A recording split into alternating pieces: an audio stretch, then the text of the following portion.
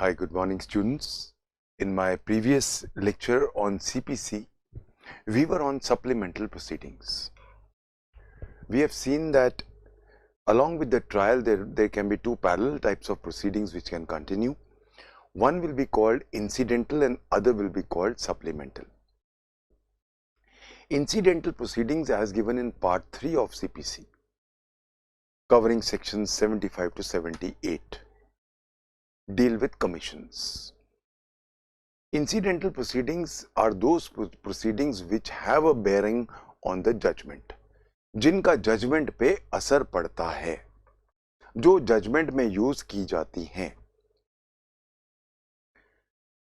Part 6 of CPC dealt with supplemental proceedings. Supplemental proceedings covered by section 94 and 95 basically deal with those matters which need a redressal during the course of the trial. Supplemental proceedings do not have any bearing on the judgment. They are, however, nevertheless important क्योंकि they are important to protect the rights of the parties जब trial चल रहा है. You know what is the basis? एक basis क्या होता है? अगर हम कहें कि what is the basis of a civil trial? The basis of a civil trial is always to give redressal to the plaintiff. क्योंकि plaintiff has moved the court for a redressal, for a claim, for a relief. अब जिस चीज का relief मांग रहे हैं, अगर वो जिस चीज से रिलीफ मिलना है वो ही नॉन एग्जिस्टेंट हो जाए, तो फिर डिक्री मिल भी गई तो बेकार होगी, कागज का टुकड़ा रहेगी. That is why section 94 has been crafted. कि हम अगर डिफेंडेंट का अरेस्ट की जरूरत पड़ जाए या उसके प्रॉपर्टी का अटैचमेंट की जरूरत पड़ जाए या फिर इंजंक्शन, टेम्परेरी इंजंक्शन की जरूरत पड़ जाए या रिसीवर अपॉइंट करने की जरूरत पड़ जाए, then in the interest of justice we have to do so. Supplemental proceedings जो होती हैं, they are always full of harassment for one party. एक पार्टी के लिए हैरोइंग होती हैं, एक पार्टी को दुख देने वाली होती हैं. सो जब भी हम कभी कोई सप्लीमेंटल प्रोसीडिंग का ऑर्डर लेते हैं जो 94 में एन्यूमरेटेड है, तो वो वाला ऑर्डर बहुत ध्यान से लेना है, जुडिशियसली देना है, आर्बिट्रेरी नहीं लेना है, क्योंकि एक पार्टी इन्वॉल्व है. You know, you are going to arrest a party, you are going to attach his property. चाहे आप टेम्पररीली कर रहे हो, पर टेम्पररी भी, सपोज एक सूट 10 साल चला, 10 साल प्रॉपर्टी अटैच रहो, इज नॉट अ जोक. या फिर किसी के खिलाफ टेम्पररी इंजंक्शन दे रहे हो, is not a joke. So that is the reason why supplemental proceedings जो हम पास करेंगे वो बहुत जुडिशियसली पास करेंगे. In my previous lecture we were on 94 का जो क्लॉज था regarding injunctions. Injunctions temporary. The word temporary is important. Temporary का मतलब क्या होता है? जब तक सूट का डिस्पोजल नहीं हुआ, जब तक सूट का डिस्पोजल नहीं हुआ तब तक. That's called temporary. यही फर्क आ जाता है क्योंकि इंजंक्शंस एसआरए में भी हैं, एसआरए के अलावा यहां भी हैं. दोनों में फर्क क्या है? एसआरए के इंजंक्शंस परपेचुअल है, परमानेंट है, हमेशा के लिए. They come as a claim, a relief, a permanent relief. ये वाले जो टेम्परेरी इंजंक्शंस हैं, ये basically to protect the interests of the party till the judgment is passed. ये फर्क है. Now you know, we saw कि इंजंक्शंस दो तरह के हैं. एक होते हैं रिस्ट्रिक्टिव इंजंक्शंस और एक होते हैं मैंडेटरी इंजंक्शंस. जैसा कि मैंने क्रूडली पिछले अपने लेक्चर में कहा था, रिस्ट्रिक्टिव इंजंक्शंस बेसिकली स्टे करते हैं, रिस्ट्रिक्ट करते हैं. That is why we can also call them restrictive injunctions. Sorry. Restrictive injunctions means मत करो. जो मैंडेटरी इंजंक्शन होते हैं वो कुछ अन्याय हो चुका है उसको ठीक करो, स्टेटस क्यो में लाओ. तो बेसिकली मत करो और ठीक करो is a basic, crudely speaking, difference of restrictive injunctions and mandatory injunctions.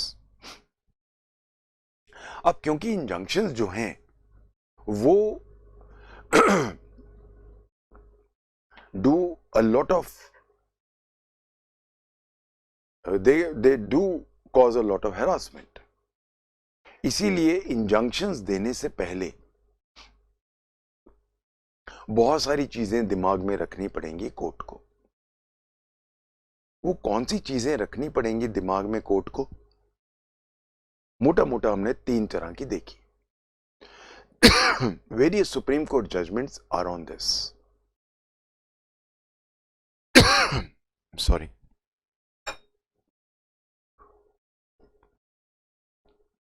जो सुप्रीम कोर्ट की जजमेंट्स हैं उनमें जो 3 बेसिक एक्सप्रेशंस हैं जो गवर्न करती हैं. पहला, there must be a prima facie case made up.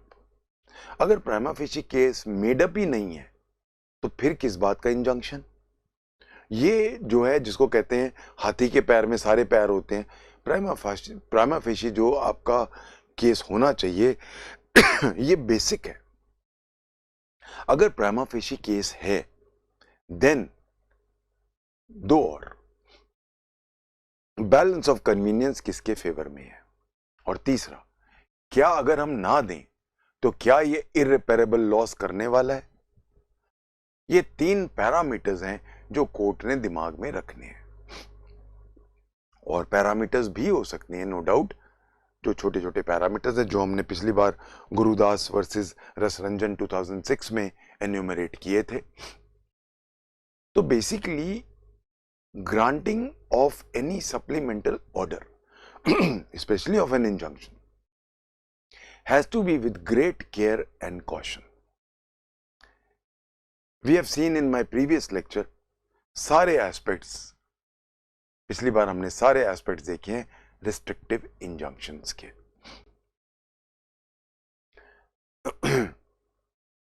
अब यहां तक हमने पिछली बार किया था. We'll take it up from here now. अगला जो क्वेश्चन उठता है हमारे दिमाग में, व्हाट इज द ड्यूरेशन? एक टेम्पररी इंजंक्शन कब तक रहता है?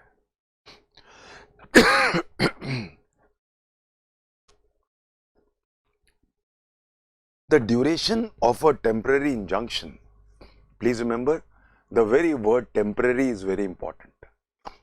टेम्पररी का मतलब क्या है? कि जब तक सूट चल रहा है या जब तक कोर्ट ऑर्डर नहीं देता कि इसको विड्रॉ करो. ये मामला आया supreme court Bombay high court के सामने कि what exactly is the duration of a temporary injunction. This matter came up in Bombay high court. Ramesh Akre versus Mangal Bhai Akre. Ramesh Akre AKRE versus Mangal Bhai Akre 2002 Bombay high court. A temporary injunction may be granted until the suit is disposed of or till further orders of the court. Once a decree has been passed, the court has no power to grant further temporary injunction. Temporary injunction orders survive only during the pendency of the suit. So what is the duration of a temporary injunction? Maximum during the duration of the suit.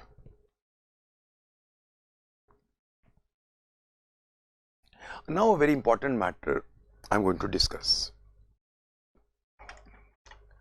हमने क्या देखा था पिछली बार attachment में कि जहां आपने कोई प्रॉपर्टी अटैच कर, कोर्ट ने प्रॉपर्टी अटैच कर दी. अटैचमेंट 2 तरह की हैं, हम देख चुके हैं ऑलरेडी. एक है attachment which is temporary during the course of a trial, और एक है अटैचमेंट एग्जीक्यूशन के लिए, दैट मीन्स डिक्री के बाद। कोई भी अटैचमेंट हो, चाहे वो डिक्री से पहले है चाहे डिक्री के बाद है, एक बार अटैचमेंट हो गया तो वो कोर्ट की प्रॉपर्टी बन जाती है। अब अगर पार्टी उस प्रॉपर्टी को एलिनेट करती है तो सेक्शन 64 सीपीसी कहता है कि वो एलिनेशन वॉइड होगा। अटैचमेंट के बाद अगर मैंने प्रॉपर्टी बेच दी, मॉर्टगेज कर दी, वो एलिनेशन वॉइड प्रोसीडिंग मानी जाएगी। इट इज एज इफ वो नहीं है, law does not recognise it. ये तो था अटैचमेंट का लॉ। अब एक टेम्परेरी इंजंक्शन मेरे खिलाफ आ गया। टेम्परेरी इंजंक्शन के बावजूद, डिस्पाइट, मैंने प्रॉपर्टी बेच दी। There was a temporary injunction not to alienate my property. मैंने कोर्ट की परवाह नहीं की और मैंने एलिनेट कर दी। नाउ द क्वेश्चन अराइजेस, अगर मेरे खिलाफ टेम्परेरी इंजंक्शन का ऑर्डर है, रिस्ट्रिक्टिव इंजंक्शन है, एंड डिस्पाइट दैट मैंने अपनी प्रॉपर्टी एलिनेट कर दी, मैंने अपनी प्रॉपर्टी बेच दी, मैंने अपनी प्रॉपर्टी मॉर्टगेज कर दी, will this alienation in contravention of the temporary injunction order, will it be hit by section 64 CPC, which means will the alienation be void? ये जो मैं अभी डिस्कस कर रहा हूं, ये मेंस का क्वेश्चन है, प्रीलिम्स का क्वेश्चन है, और ज्यादा इंपॉर्टेंट इंटरव्यू का क्वेश्चन है। क्वेश्चन आपसे पूछ लेंगे,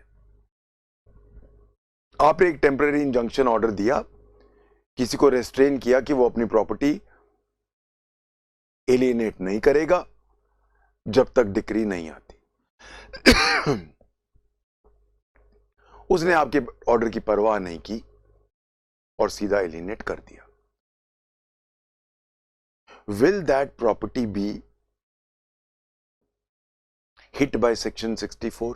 In other words, will that alienation be void proceeding?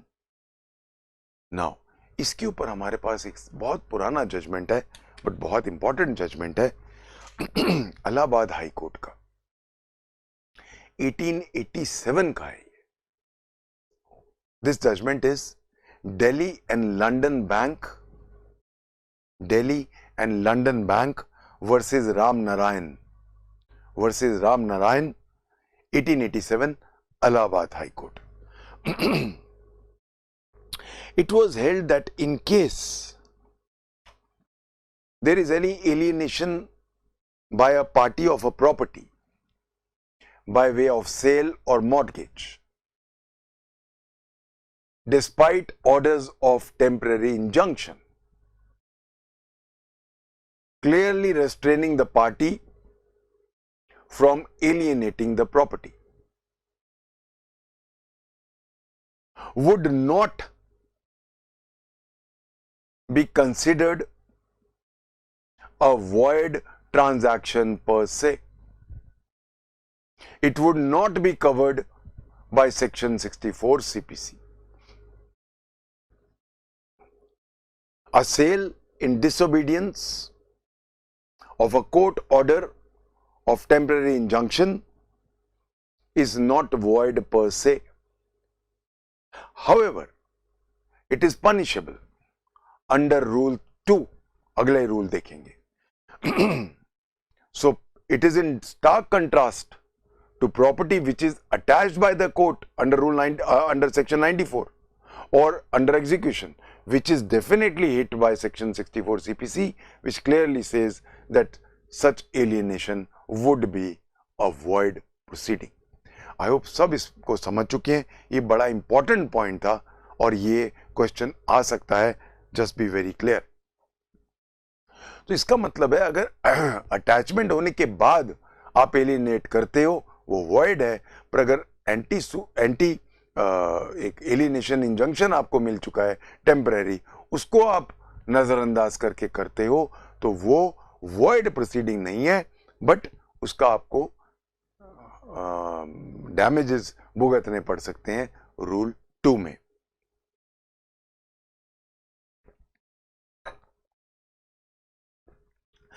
Now that we are through with this, अब एक क्वेश्चन और उठता है मेरे पास।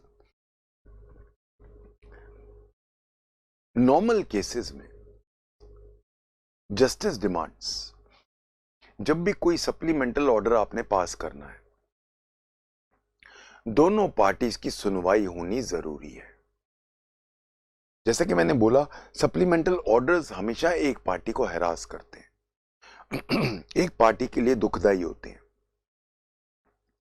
Justice demands, rather natural justice demands, कि सप्लीमेंटल ऑर्डर पास करने से पहले दोनों पार्टीज की सुनवाई होनी जरूरी है।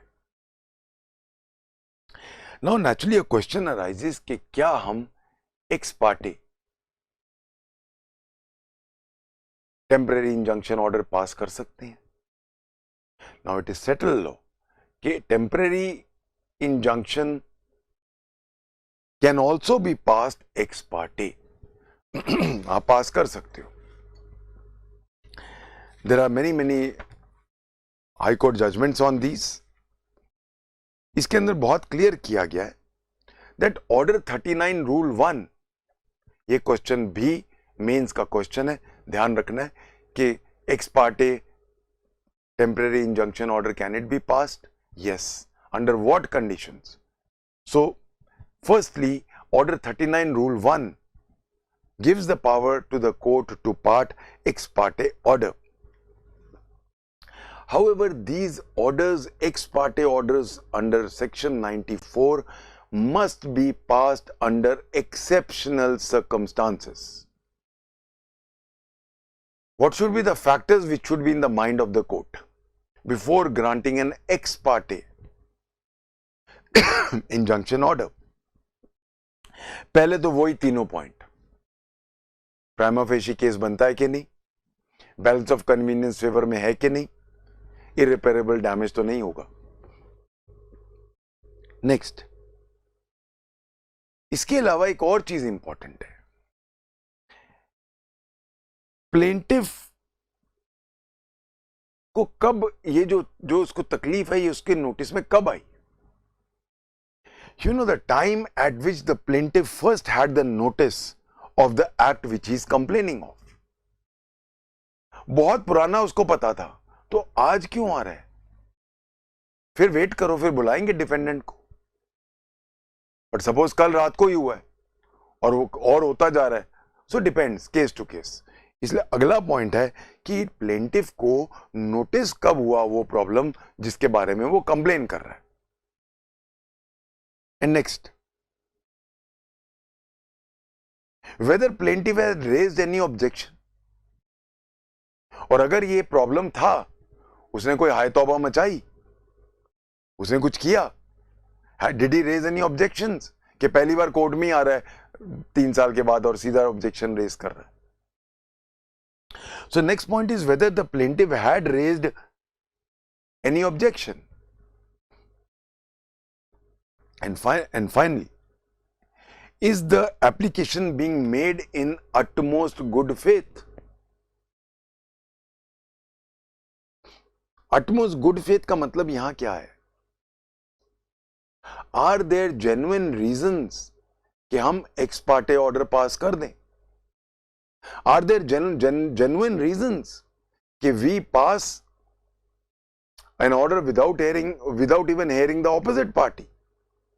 In other words, the exigency is such that there is a need for ex parte order. Whether such an exigency does exist or not, ये है $1 million question. So main question क्या आ जाता है, क्या ये utmost good faith में है उसकी petition? That becomes important. And finally, जब भी ex parte order देना है injunction का, वो हमेशा limited period के लिए होना चाहिए, क्योंकि आपने सुनवाई नहीं की है। So whenever you are passing an ex parte order, it must be for a limited period. So if you get a question 5 marks का 7 marks का ex parte temporary injunction orders, तो I hope ये सारा आप लिख लोगे.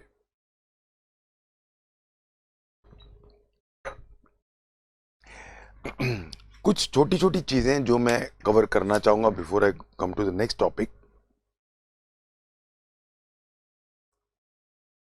How do we protect the defendant? जैसा कि मैंने बोला आपको, these orders under supplemental orders are all very harrowing. बहुत तकलीफदायक है. अगर ये तकलीफदायक है तो क्या हम डिफेंडेंट को किसी तरह से प्रोटेक्ट कर रहे हैं? पता चला प्लेंटिव ने अरेस्ट करा दिया डिफेंडेंट को, बाद में प्लेंटिव हार गया और पता चला सूट तो बड़ा फ्रिवलेस ग्राउंड पे था, अरेस्ट करा दिया झूठ बोल के. या हम सूट की वेट क्यों करें? उसने पिटीशन डाली कि जी ये करो, अरेस्ट करो, अटैच करो प्रॉपर्टी, या उसका इंजंक्शन रखो, और पता चल गया ये तो बड़ा इनसफिशिएंट सा ग्राउंड है. उसने ऐसी मतलब एक मजाक की तरह लिया हुआ है. आप अरेस्ट करा रहे हो किसी आदमी की, उसकी प्रॉपर्टी अटैच कर रहे हो और इनसफिशिएंट सा ग्राउंड ले आए आप, कोर्ट का टाइम वेस्ट कर रहे हो, उसको भी हैरास कर रहे हो अननेसेसरली. तो क्या हमारे पास कोई उसके समाधान है? Law is always balanced, law is never partisan. ठीक है, हम मानते हैं कि प्लेंटिफ आया है कोर्ट में, ही इज क्लेमिंग कि उसका राइट जो है इन्फ्रिंज हुआ है और वो रिड्रेसल चाह रहा है, मानते हैं. पर ये कौन सा सतयुग है कि प्लेंटिफ हमेशा सच ही बोलता है? हो सकता है वो झूठ भी बोल रहा हो सकता है वो बहुत नमक मिर्च लगा के बात कर रहा हो, कोर्ट में भी कोर्ट गुमराह हो जाए, चांसेस आर देयर. तो क्या करें इसे? पहले मैं इस पे बात करूंगा सुप्रीम कोर्ट के जजमेंट की. We have Gujarat bottling company limited, Gujarat bottling company limited versus Coca Cola company, 1995 supreme court.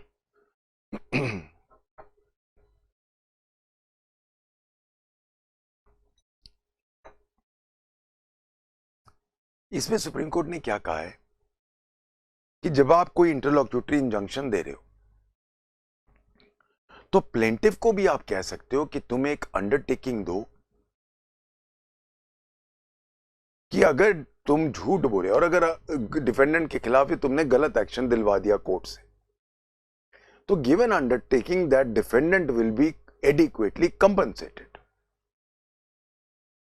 अगर कंट्रोवर्सी डिफेंडेंट के फेवर में रिजॉल्व हो गई, या अगर पता चल गया कि जो आपके ग्राउंड्स हैं ये मेलाफाइड ही हैं, तो अंडरटेकिंग दो कि तुम डिफेंडेंट को कंपनसेशन दोगे. तो जब भी कोई ऑर्डर दे सप्लीमेंटल कोर्ट, तो as per this supreme court judgment of 1995, the court can also reciprocate कर सकता है कि चलो डिफेंडेंट के खिलाफ तो मैं पास कर रहा हूं, आप जो ले रहे हो ये एक हमें अंडरटेकिंग दो कि अगर आप कहीं गलत निकले तो फिर आप डिफेंडेंट को कंपनसेट करोगे.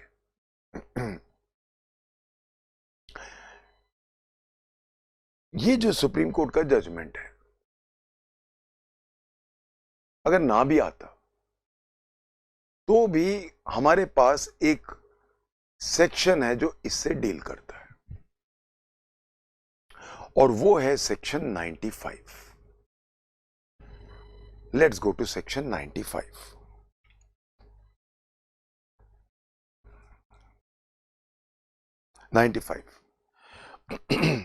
95 का हेडिंग है compensation for obtaining arrest, attachment और injunction on insufficient grounds.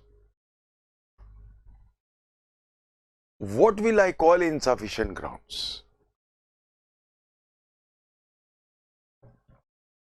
What will be the parameters of insufficiency? Insufficiency will mean which any reasonably prudent man will say कि ये ग्राउंड काफी नहीं है। वो ग्राउंड जो मेलाफाइडी तरीके से दिए गए हैं, वो ग्राउंड जिनका मकसद सिर्फ उसको हैरास करना है, वो ग्राउंड जो अपने आप में एडिक्वेट नहीं है 94 के अंदर कोई भी ऑर्डर लेने के लिए। जब हम, अब सपोज मैंने डिफेंडेंट को अरेस्ट करा दिया, बाद में मैं कोर्ट में केस हार गया, तो मेरे पास क्या ऑप्शन है? मैं एक सूट डाल सकता हूं, सूट डाल के डिफेंडेंट के खिलाफ डैमेजेस क्लेम कर सकता हूं। वो डैमेजेस मैं कितने ही ले लूं, depends on my what is my status वगैरह वगैरह, हजार चीजें होती हैं। एक प्रोविजन हमारे पास यहां पे भी है। ये प्रोविजन हाउएवर 3 चीजों को डील करता है। Insufficient grounds of A arrest, B attachment and C injunction. जो रिसीवर है वो यहां कवर्ड नहीं है। जहां मैंने रिसीवर अपॉइंट करा दिया इनसफिशिएंट ग्राउंड्स पे, बाद में मैं केस भी जीत गया, उसके लिए फिर मुझे सूट डालना पड़ेगा। एक बार देखते हैं पहले 95, then will discuss this. 95, where in any suit in which an arrest और attachment has been effected. Arrest या अटैचमेंट हो चुकी है और a temporary injunction granted. Actual arrest होना जरूरी है, एक्चुअल अटैचमेंट होना जरूरी है, या फिर टेम्परेरी इंजंक्शन ग्रांट हो चुकी है। Under the last preceding section, that means 94 A, it appears to the court that such arrest, attachment or injunction was applied for on insufficient grounds. Insufficient ground थे, बाद में पता चला। सी कायदे से अगर insufficient ground थे, court should have been more vigilant.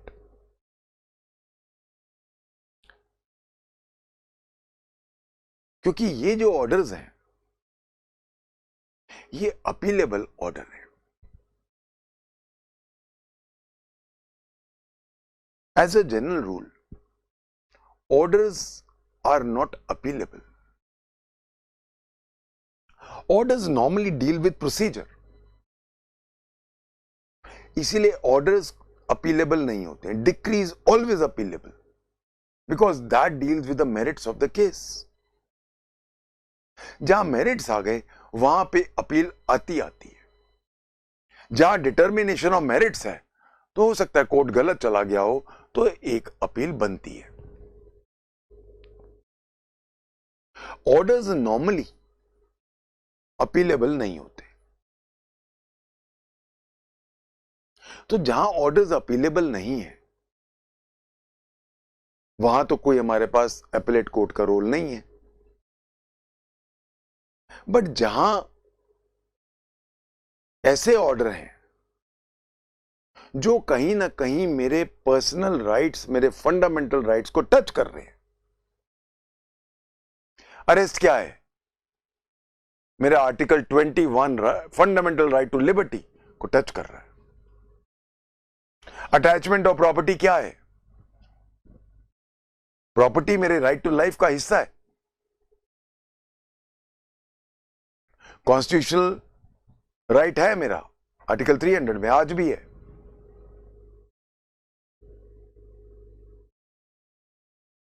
Temporary injunction मेरे रोक रहा है, मेरे को मेरी लाइफ पे इफेक्ट कर रहा है।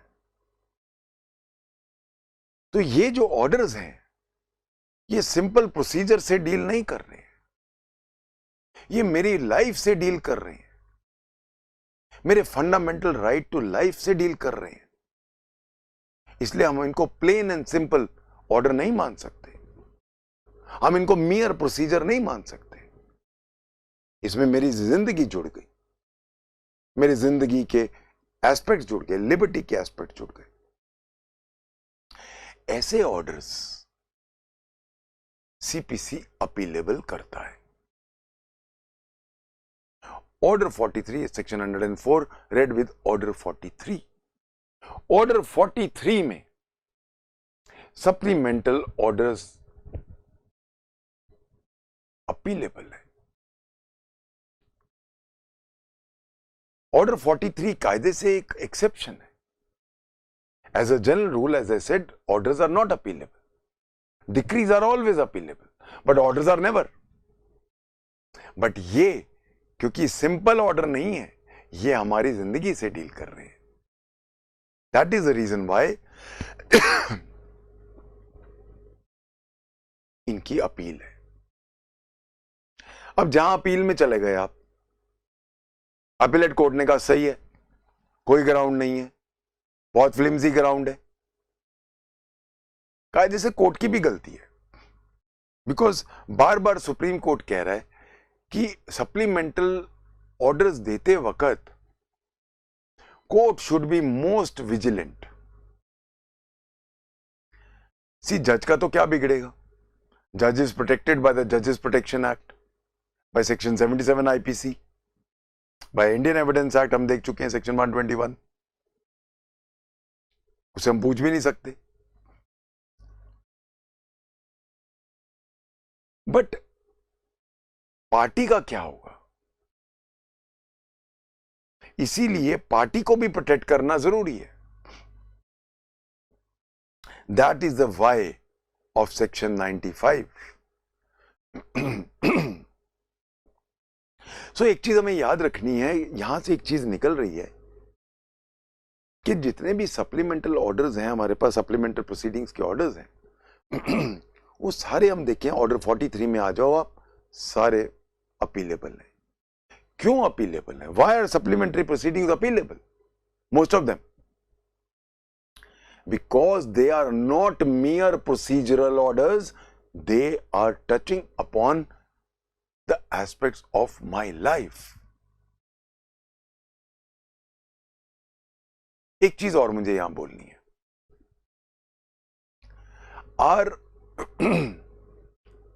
All these order, supplemental proceeding से जितने ऑर्डर हैं, ये इंटरलॉक्यूटरी ऑर्डर्स हैं। All these are interlocutory. एक और जनरल चीज याद रखना, interlocutory orders are not revisable, revision does not lie, क्योंकि इंटरलॉक्यूटरी है। इंटरलॉक्यूटरी ऑर्डर सेम कोर्ट भी ठीक कर सकता है, सेम कोर्ट कभी भी विड्रॉ कर सकता है। इसलिए चाहे हम सीआरपीसी में चले जाएं, चाहे हम सीपीसी में चले जाएं, नो रिवीजन लाइज। इस मामले में सुप्रीम कोर्ट के पास ही मामला गया। उन्होंने कहा सर, एक आदमी को गिरफ्तार कर लिया है, चलो वो तो अपीलेबल है, अपील जब तक होगी, रिवीजन में क्यों नहीं जा सकते हम? यहां पे तो लाइव किसी को हमने गिरफ्तार कर लिया है, किसी की प्रॉपर्टी अटैच कर ली है, तो सर ये तो बहुत सीरियस चीज है।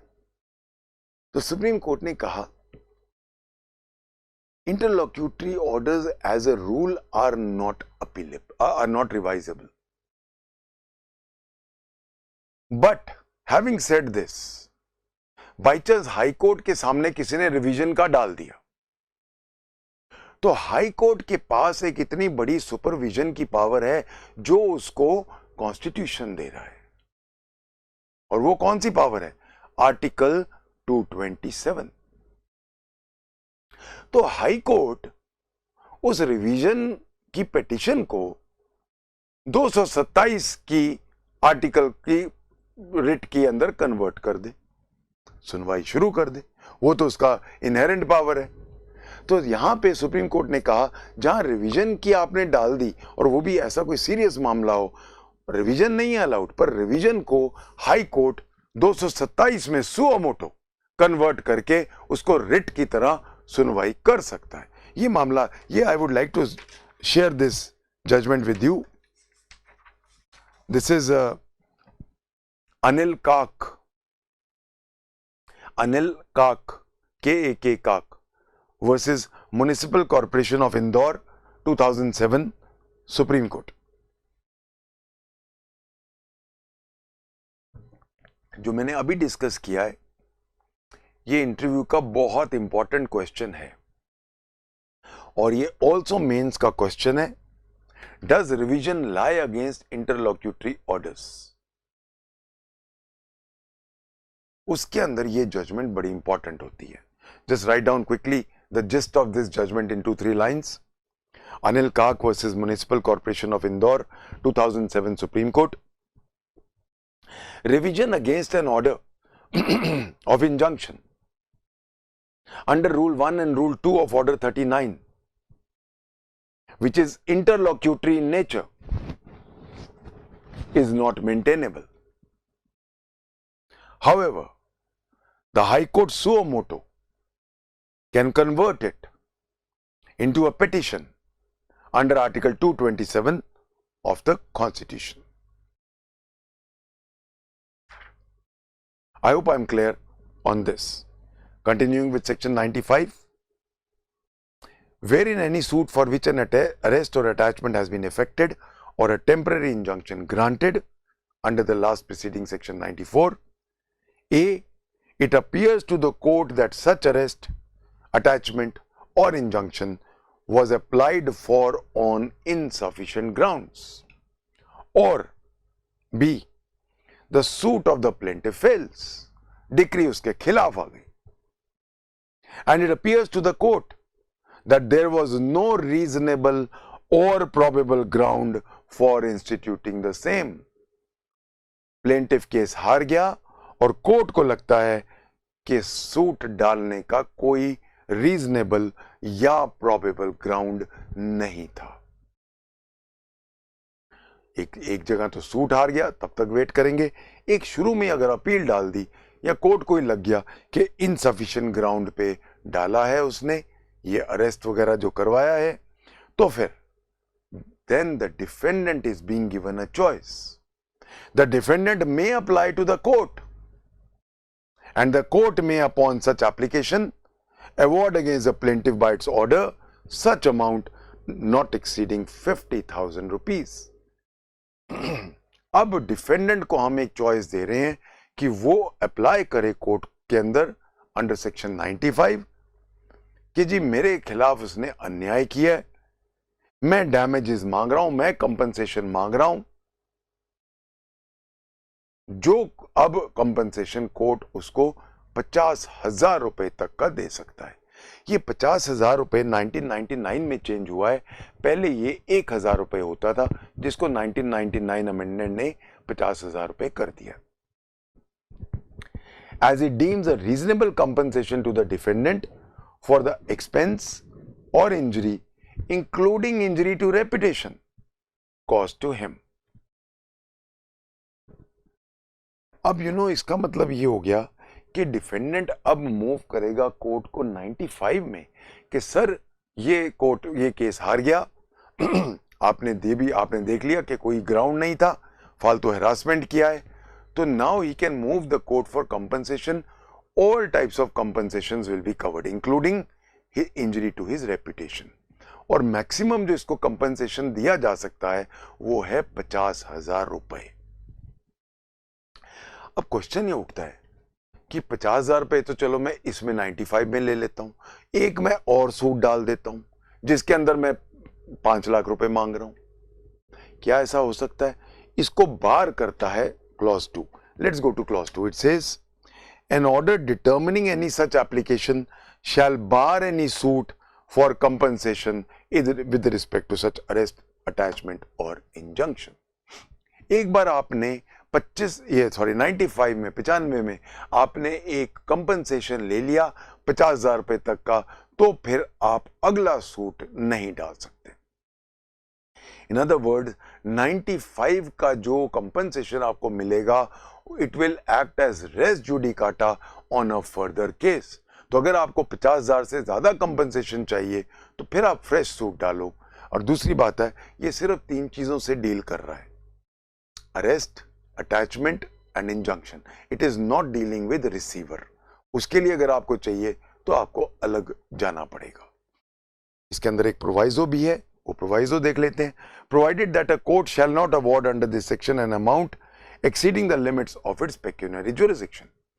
एक बेसिक लॉ है कि जो भी कंपनसेशन कोर्ट देता है वो अपनी पेक्यूनियरी लिमिट से ज्यादा नहीं दे सकता।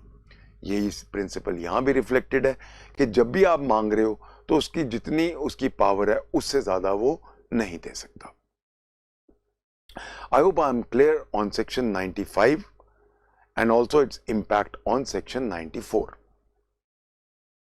Now that we are clear with these two, मुझे दो चीजें और दो आपको इंजंक्शंस के बारे में और बात करनी है जो बहुत जरूरी है, जो आपके आज के दिन में I am expecting these as small questions, 5 marks questions in your mains. They can also come in your prelims. ये जो दो इंजंक्शंस हैं ये हम इंग्लिश लॉ से बोरो कर रहे हैं। ये दो इंजंक्शंस का नाम है, एक का नाम है मरेवा, MAREVA, मरेवा इंजंक्शंस, और दूसरे हैं एंटन पिलर, एंटन ANTON, एंटन पिलर, PILLER, पिलर इंजंक्शन। ये दोनों इंजंक्शंस जो हैं ये नई हैं, इंग्लिश लॉ में आई हैं और वहीं से हमने इनकॉर्पोरेट किए हैं। सुप्रीम कोर्ट ने इन दोनों को इनकॉर्पोरेट किया है by an act. Supreme court act है 1975 का और दूसरा 1981 का। लेट्स गो टू, पहले समझते हैं क्या है मरेवा इंजंक्शन, क्या होता है, आया कहां से। इंग्लिश लॉ में एक केस आया था, Mareva company versus international bulk carrier. Mareva company versus international bulk carrier 1975 में ये केस आया था। इसमें पहली बार इंजंक्शन दिया गया और इसीलिए इसका नाम मरेवा इंजंक्शन आया। इस इंजंक्शन में क्या होता है, This injunction is granted to order the defendant not to remove any specific assets from the jurisdiction of the court. ये हम इंजंक्शन दे सकते हैं, रिस्ट्रिक्टिव इंजंक्शन है ये, ऑर्डर 39 में अप्लाई होता है as per supreme court act of 1975। इसमें 1981, this was applied by supreme court act 1981। ये दोनों इंजंक्शंस सुप्रीम कोर्ट एक्ट 1981 से अप्लाई किए गए हैं। 1975 का इंग्लिश लॉ है, 1981 में ये अप्लाई किए। Now supreme Court said that order 39 covers this.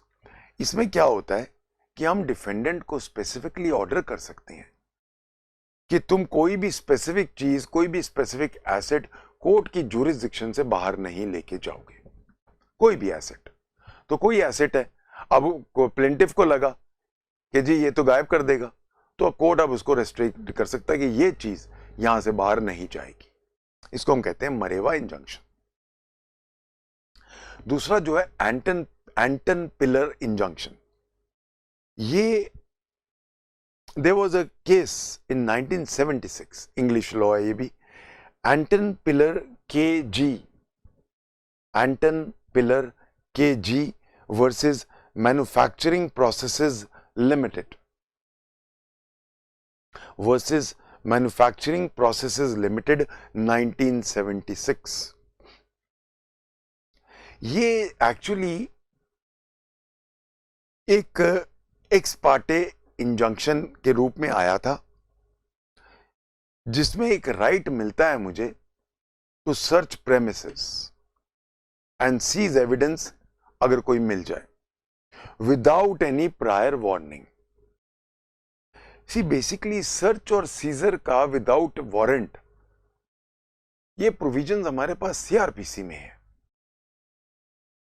CrPC में we have the provisions of search and seizure without warrant, जैसे फॉर एग्जांपल 165 सीआरपीसी में है और भी है। यहां पे हम एक पावर दे रहे हैं कोर्ट को कि बिना वार्निंग दिए, कौन से मामले होंगे? जो इमरजेंसी के मामले हैं, आप सीधा प्रेमिसेस में पहुंच जाओ, सर्च करो और सीज एविडेंस सीज कर लो। आप इंस्पेक्ट कर सकते हो, फोटोग्राफी कर सकते हो, उसकी कस्टडी में ले सकते हो, जितने डॉक्यूमेंट्स हैं जो, तो सडन रेड मार के आप ले सकते हो। इसको हम कहते हैं एंटन पिलर इंजंक्शन। ये कायदे से ऑर्डर 39 में नहीं आता है, पर यह आ जाता है ऑर्डर 16 में, ऑर्डर 26 में, वहां भी आ सकता है। या फिर अगर कहीं नहीं है तो 151 सीपीसी में यूज कर सकते हैं। तो ये पावर मोस्टली इनहेरेंट पावर आप इन्वोक करके सेक्शन 151 सीपीसी की एंटन पिलर इंजंक्शंस इशू कर सकते हैं। I hope everybody is clear about all these important matters. ये सारे बड़े इंपॉर्टेंट क्वेश्चंस हैं जो आज मैं डिस्कस कर रहा हूं। बहुत 94 पे, जैसा कि मैंने आपको बोला, कोई ना कोई क्वेश्चन आ जाता है।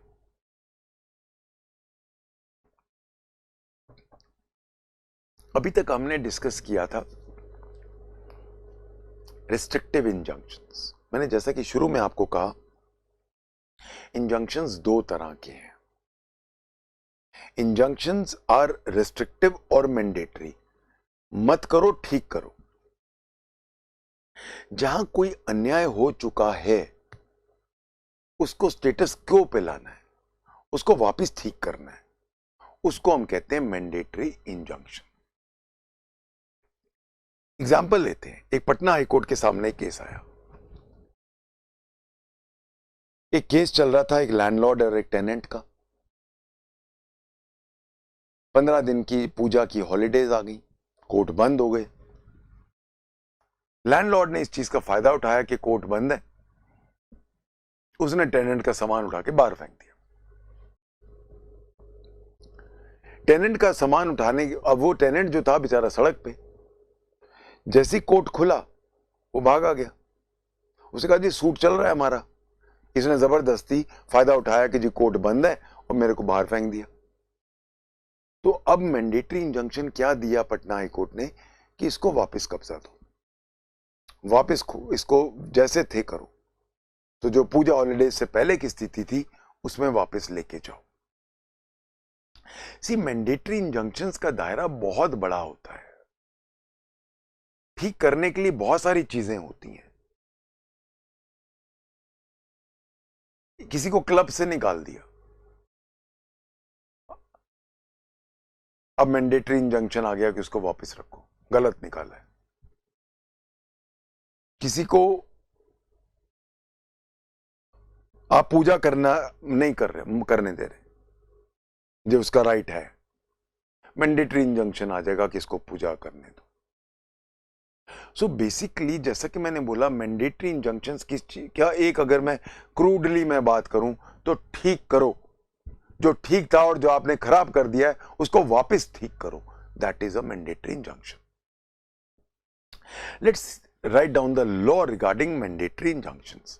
अब इस पे पूरा क्वेश्चन आता है, कंप्लीट क्वेश्चन जो इस पे आएगा, can temporary mandatory injunctions be passed under order 39? If so, what are the conditions governing the passing of a temporary mandatory injunction? या फिर एक और क्वेश्चन आ जाएगा,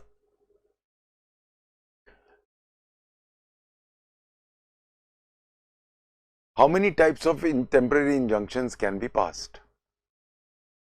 What are the principles governing the passing of these injunctions? Next,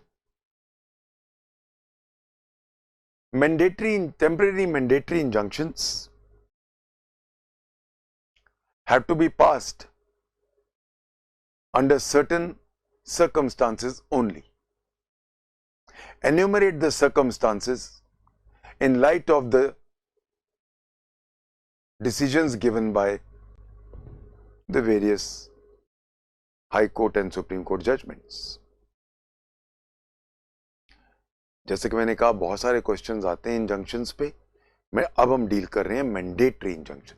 पहले हम deal कर चुके हैं रिस्ट्रिक्टिव इंजंक्शंस, अब हम डील कर रहे हैं mandatory injunctions.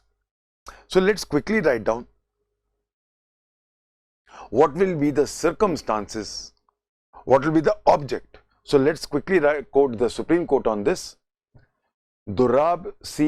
Warden, Dorab D-O-R-A-B, C. Warden W-A-R-D-E-N, Dorab C. Warden versus Kumi C-O-O-M-I, Kumi S. Warden W-A-R-D-E-N, Dorab C. Warden versus Kumi S. Warden, 1990 Supreme Court. It was held, what will be the guiding principles? Why of mandatory injunctions? So, what is the object of interlocutory or temporary mandatory injunctions? Pehla, to preserve or restore status quo of the last uncontested status. ये सबसे बड़ा point है, जो last uncontested status जो दोनों accept कर रहे थे उसको स्टेटस क्यो उसको मेंटेन करना।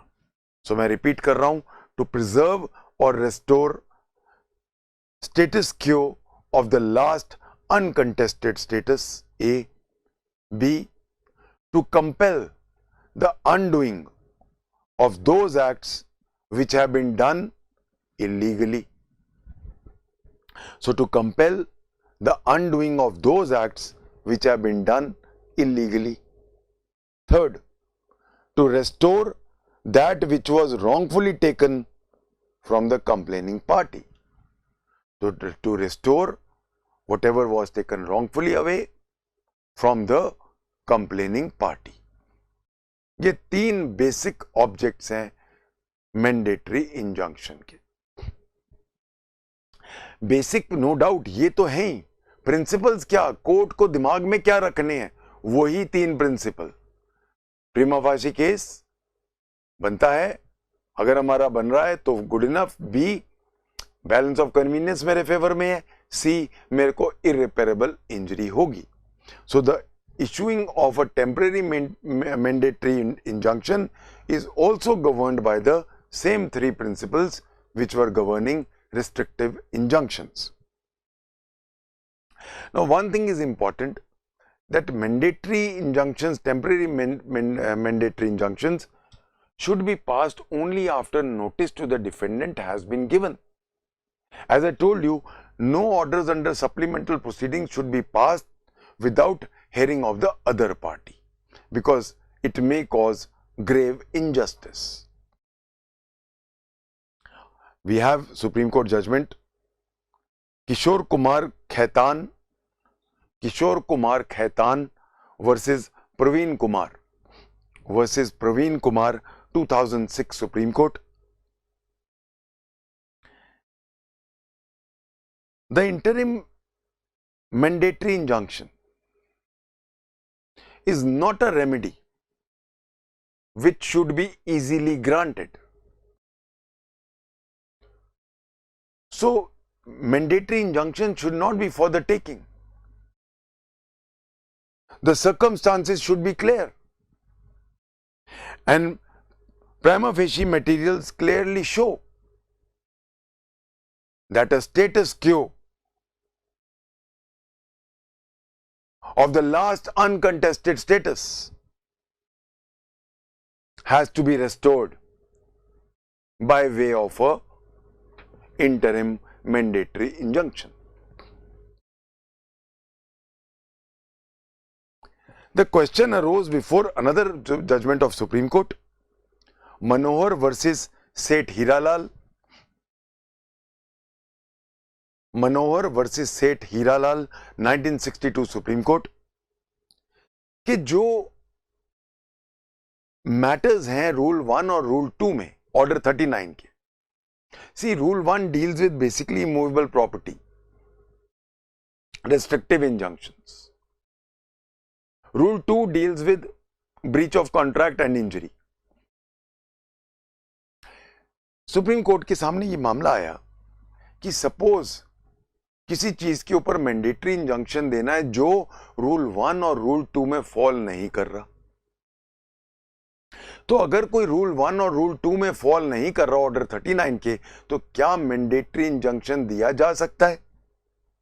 इन this judgment it was held, the Supreme Court said, mandatory injunctions हमेशा ठीक करने के लिए होते हैं। They are always to set right an anomaly. इसलिए इवन अगर रूल 1 या रूल 2 में कवर ना भी हो रहा हो, कोर्ट की जिम्मेवारी है कि एक चीज को स्टेटस को मेंटेन करे जब तक उसका डिसीजन नहीं आता। अब मियरली क्योंकि रूल 1 और रूल 2 में कवर नहीं हो रहा और मैंडेटरी इंजंक्शन देना टेम्परेरी जरूरी है, तो फिर कोर्ट अपनी इनहेरेंट पावर यूज कर सकता है 151 सीपीसी की और ऑर्डर पास कर दे। So please remember, in this Manohar versus Seth Hiralal, it was held कि in cases not falling under Rule 1 and Rule 2 of Order 39, interim mandatory injunctions can still be passed by the court using its powers under 151 CPC, inherent powers. एक बात और आई, Punjab Haryana high court ने determine की, यह भी बड़ा अच्छा इंपॉर्टेंट पॉइंट था। Harbans Singh versus Rajendra Rajan, this matter was Harbans Singh versus Rajendra Rajan, 1989, Punjab Haryana High court. इसमें भी honourable Punjab Haryana High Court ने एक बड़ा इंपॉर्टेंट पॉइंट रखा। उसने कहा अगर कोई मामला कोई अथॉरिटी के पास पेंडिंग पड़ा है और वो authority has been established by law, तो फिर टेम्पररी इंजंक्शन नहीं देना चाहिए। जैसे इस केस में क्या हुआ था, एक ईंट का भट्टा कोई लगाना चाह रहा था, तो this brick kiln was proposed to be set up. जो आसपास के घर वाले थे उन्होंने ऑब्जेक्ट कर रहे थे कि जी ये तो एनवायरनमेंट को खराब करेगा, एनवायरनमेंट को खराब करेगा, इसलिए टेम्पररी इंजंक्शन दिया जाए जब तक फाइनली डिसाइड ना हो। उधर ये मामला अभी तक पड़ा था एसडीएम के पास। एसडीएम ने अभी डिसाइड करना था कि उसको लाइसेंस दिया जाए या ना दिया जाए, और वो यही चीजें देख रहा था कि एनवायरनमेंट को फर्क पड़ेगा या नहीं पड़ेगा। Already these things were being investigated into by the SDM. तो honourable Punjab Haryana High Court ने कहा जब एक मामला ऑलरेडी एक अथॉरिटी इसको एग्जामिन कर रही है और मेरिट्स पे कर रही है, तो फिर आपको जल्दबाजी करके टेम्पररी इंजंक्शन नहीं देना चाहिए। So this was held in this Harbans Singh case by the Honorable Punjab and Haryana High Court, that if a matter is pending before a competent authority established by law, then temporary injunction should not be issued till determination of that issue by that authority. उसके बाद जो next point आता है मेरा mandatory injunctions पे, वो है कि सबसे इंपॉर्टेंट बात है कि हम स्टेटस क्यो पे ला रहे हैं। स्टेटस क्यो का मतलब क्या होता है? जैसे थे। जब हम कहते हैं जैसे थे, जिस दिन सूट पड़ा उस दिन जैसे थे।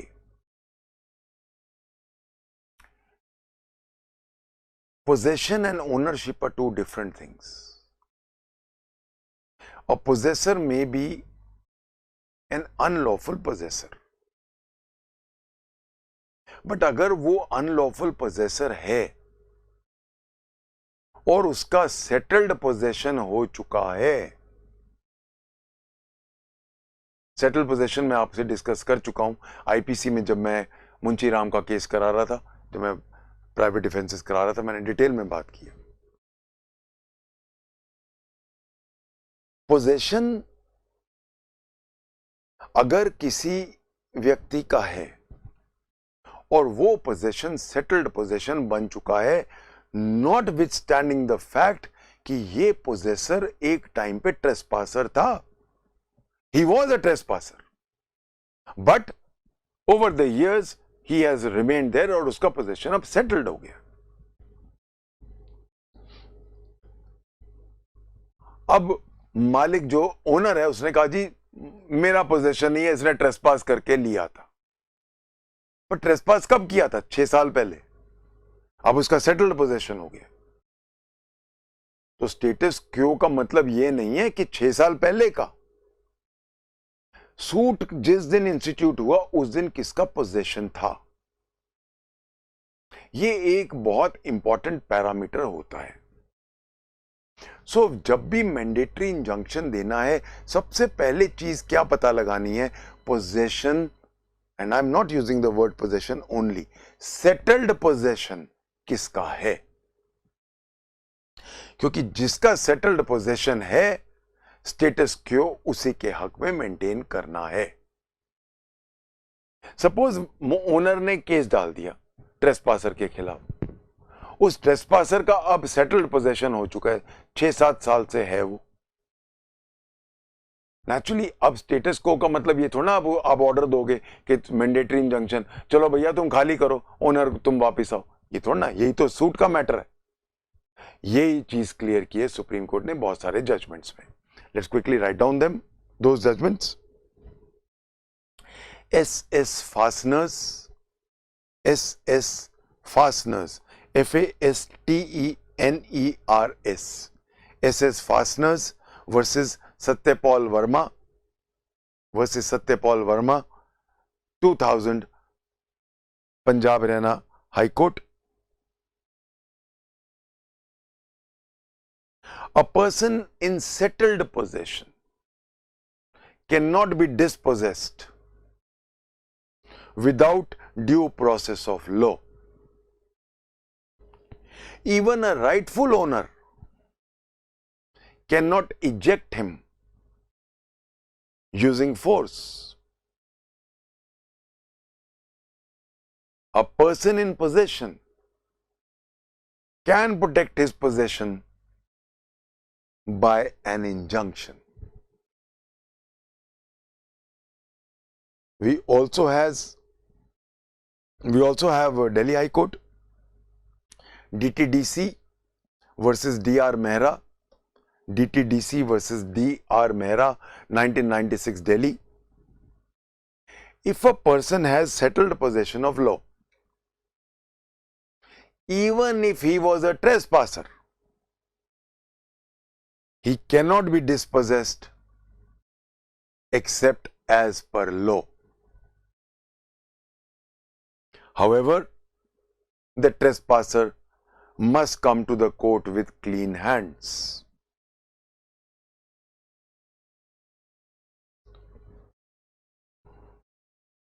Supreme Court, KK Khaitan versus Parveen Kumar, KK Khaitan versus Parveen Kumar, 2006 Supreme Court.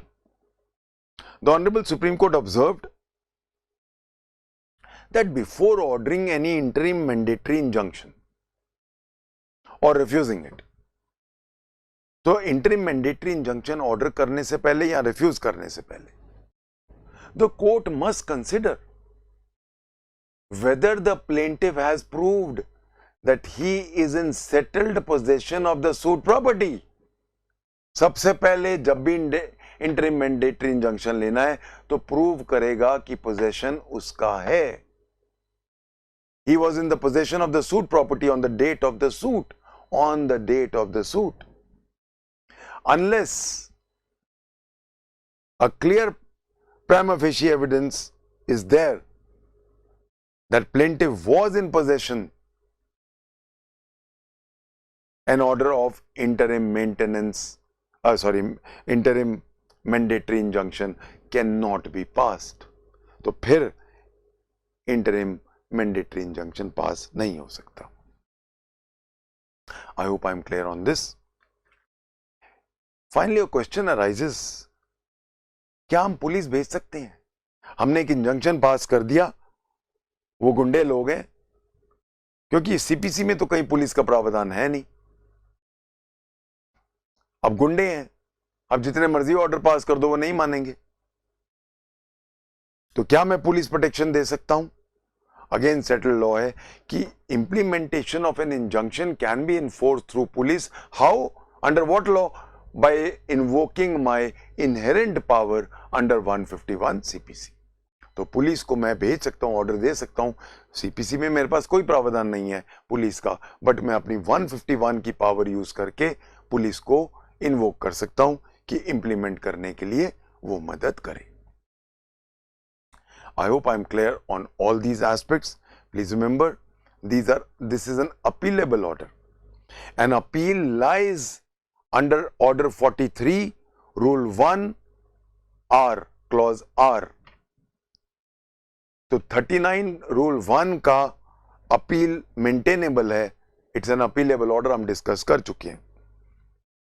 On this we have Supreme Court, SM Dichem, DYECHEM,